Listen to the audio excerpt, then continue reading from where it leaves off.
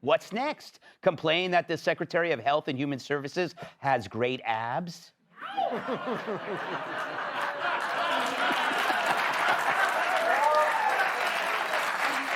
See, SNL's take on Pete isn't an insult, especially if you imagine Pete himself is watching it. He'd watch and say, yeah, that's me, so what? How are you gonna make fun of me next? By saying my perfect hair makes orphans cry? That's the thing about being an actual badass. Your critics end up becoming your hype team. They're just confirming the brand. It's like when they called Dick Butkus the dirtiest player in the NFL. There he is. He's like, oh, no wonder no one sent me a birthday card, as he punts a quarterback's severed head into the stands. Look, if the worst thing you can say about a Secretary of War is that you're a scary dude, fine. I mean, it's the same thing we said about this guy. And considering the previous administration's foreign policy clown car, which had all the potency of a Roomba with a dead battery, and the jokesters gave them a pass as well as their invalid boss. Speaking of, what is Joe doing in his free time? The usual. Summon hope and get back up and remember who in the hell we are. We're the United States of America. What the f did he just say? I mean, it's not, he can't even say the name of the country he led. I need to see this again. Summon hope and get back up and remember who in the hell we are. We're the United States of America. All right, America got it. Could be the teleprompter's fault. There was no space between America and got it. So he just read it like this amazing, unbelievable new word. It's kind of funny, but it's also really scary. And it raises a question, where was the bold, edgy comedy when Biden's brain had him wandering around like a lost grandpa in the Amazon? I mean, Biden was a gift to SNL, like a Lamborghini, and they treated that gift like he was a pair of socks. So are you telling me with all those writers, they couldn't write a sketch about a senile president that wanders off into the rainforest and mistakes a howler monkey for Janet Yellen? It practically writes itself, like Joe's signature. But now they got a war secretary whose biggest flaw is too much badassery.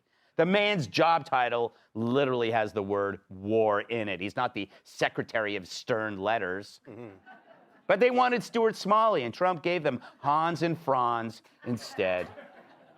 But this sketch reveals the pendulum swing of today's politics. That after Dems spent years decriminalizing everything short of cannibalism, handing out sanctuary to criminals like they were running an Airbnb, eventually you get a Secretary of War whose strongly worded letter comes in the shape of a guided missile. Look, deterrence isn't complicated. Public punishments and public permissiveness are the same concept, just opposite forces. One says, don't even think about it, and the other says, just do it. Sinking fentanyl boats is a message, but so is giving criminal aliens 20 chances to reoffend. And you can almost sympathize with the criminals. They used to think America was fine with drug running, but now you're blowing us up. That's not fair. For years, the Dems treated criminality like it was another lifestyle choice. And now we got a guy who wakes up in the morning thinking, how many narco boats can I vaporize before lunch? And really, there is no harm in bragging about it. In fact, bragging gets the message out. And that message is no más, amigos, which is Spanish for your boat is on fire.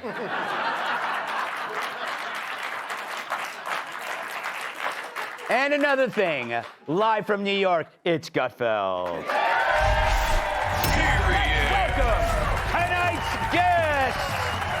She just did the View, and she's got the claw marks to prove it. Actress and author of the new book, Unscripted, Cheryl Hines. To avoid holiday crowds, check out one of his shows. Writer and comedian Joe DeVito. She's on the naughty list and the no-fly list. New York Times bestselling author, Fox News contributor, Kat Tim. And this time of year, his fans can't wait for him to slide down their chimneys. Former NWA World Champion, host of Planet Tyrus podcast, Tyrus.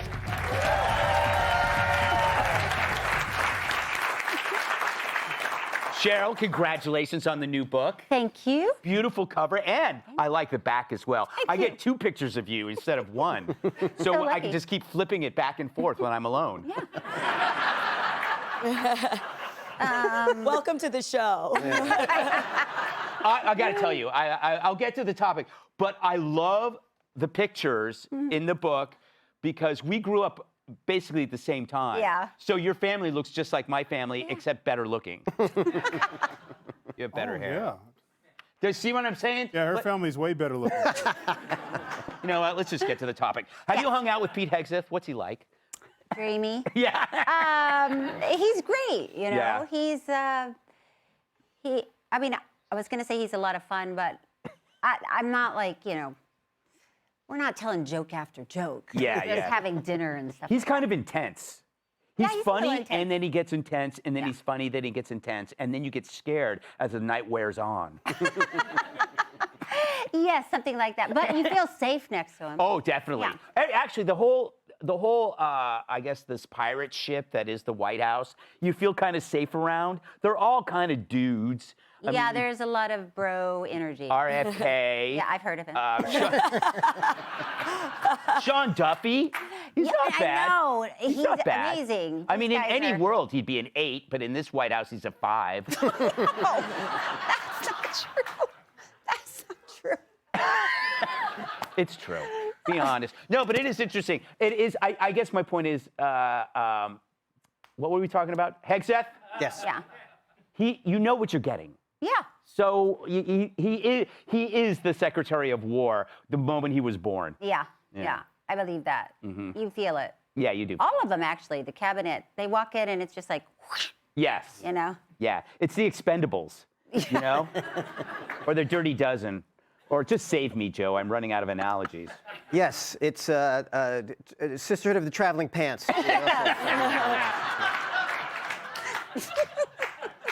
What did you save. make of the SNL take on Hegseth? I thought it was good. I didn't know it was a Hegseth impersonation at first because he had his shirt on. Yeah. But yeah, I thought it was funny, but it's just so silly that all these years went by and they acted like they couldn't do a good impersonation of Joe Biden, that he wasn't giving them something to be funny about. And then we see him come out with, I mean, he's the only person where him having a stroke mid-sentence is almost good news. Right. Because you see him seize up and you think, well, at least some of the blood is getting to the brain. That with America got it, it's like, well, you know who doesn't got it? Joe Biden. Joe Biden doesn't got it. It is a great shirt, though. America got it. America got. Yes. Yeah. So yeah, it just shows that you compare, and to say that they're manly in the cabinet now. I mean, between Pete and Sean Duffy, just in terms of sheer fertility. Yes. There's like hundreds of children Yes. between the two of them. But compare him to our previous Secretary of War, Lloyd Austin actually vanished for a while, and not only did Joe Biden not know, no one knew. He was that irrelevant that they figured, well, he's out wandering around, Joe's out wandering around, maybe they'll bump into each other and have a conversation. So I think Pete is great, and I like what they're doing. The enemies of America, I want them afraid. I want them having sleepless nights. And if they're in a boat that's bringing over fentanyl to America, I want them crapping their pants so much it turns into the Carnival Poop Cruise. So I am on board with them.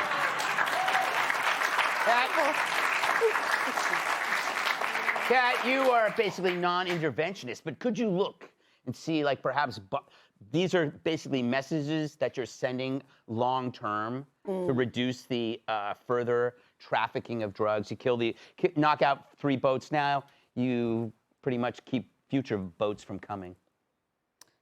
Look, Or talk about SNL. when I watched the SNL sketch, I did laugh. Yeah. I laughed at it a lot because what you're trying to do with the sketch, obviously, is a parody that's an exaggerated version of who the person is. Yeah. And this is an exaggerated version of who Pete is, absolutely. But I also think that if Pete were to actually say a lot of these things, a lot of the MAGA base would actually be like, I loved that. Like when he came out, he was like, as you might have read in some gay newspaper, we're now at war with Venezuela. If he actually did that, a lot of people would be like, damn right. Like, I think he did say that. that's what I'm saying. I'm like, is this a documentary that I'm watching? But it actually wasn't good fun. I thought it was, and I can imagine Pete watching it and thinking it was funny. Yeah. What is your verdict, Tyrus? And that is a lovely jacket. Oh, thank you. I fell asleep watching Good Morning Vietnam. You like green suit? No, my wife picked this out for me. She said I need to change my image. So from what to what? She said I'm not recognizable enough, so let's put his big ass in a bright green suit. Because the Apple tag's not getting it done. Now I can be spot from a drone anywhere in the city. It's really nice. I like Pete. I used to pick on Pete a little bit. He's always come on the show. He likes his hair. He likes his little arm tattoo. He's a good dude. He's got the greatest job he could ever ask for. He's enjoying it. But I think the bigger issue, since everyone is, and it's nice to see SNL actually attempt to make jokes again. I think it's all, when you make fun of people, when you get made fun of, that shows that what you're doing is of something of substance and matters, because people are willing to make fun of you over it. Mm-hmm. This whole thing where we got into the thing where you can't make fun of anybody anymore, it's an insult to people who are working hard. I'm pissed. I've been done some great things the last 4 years. Why the am I not being made fun of on South Park? Like I've said some irritating things. Didn't I say some they, them stuff that pissed you guys off? Come on, what I got to do here? Yeah. I'm begging you. Put me on there. Make fun of me. I could be Cartman's deadbeat dad. I've been, I got 6, what's 7? But like we need to get, it needs to be okay with that. We know they're going to make fun of us because they're going to make fun of the right now because the right's doing really well. And you want that. The problem is that the left has no sense of humor right now. Absolutely none. Everything is, oh, he did this, he did that. They acted like he had his tie wrapped around his head and he was like, had the clicker in his hand, like, hit it again. Yeah, beer me. Hit it, look, no look bombing. Look, we did it. It's not what happened. They hate anything that Trump does, they hate. Yeah. Anything that anyone he hires, they hate. Even though they're doing good things, it doesn't matter. The point is because it came from the orange dragon, so we hate it. Yeah. The orange dragon. Hey everyone, I'm Emily Campagno. Catch me and my co-hosts Harris Faulkner and Kaylee McEnany on Outnumbered every weekday at 12 p.m. Eastern, or set your DVR. Also, don't forget to subscribe to the Fox News YouTube page for daily highlights.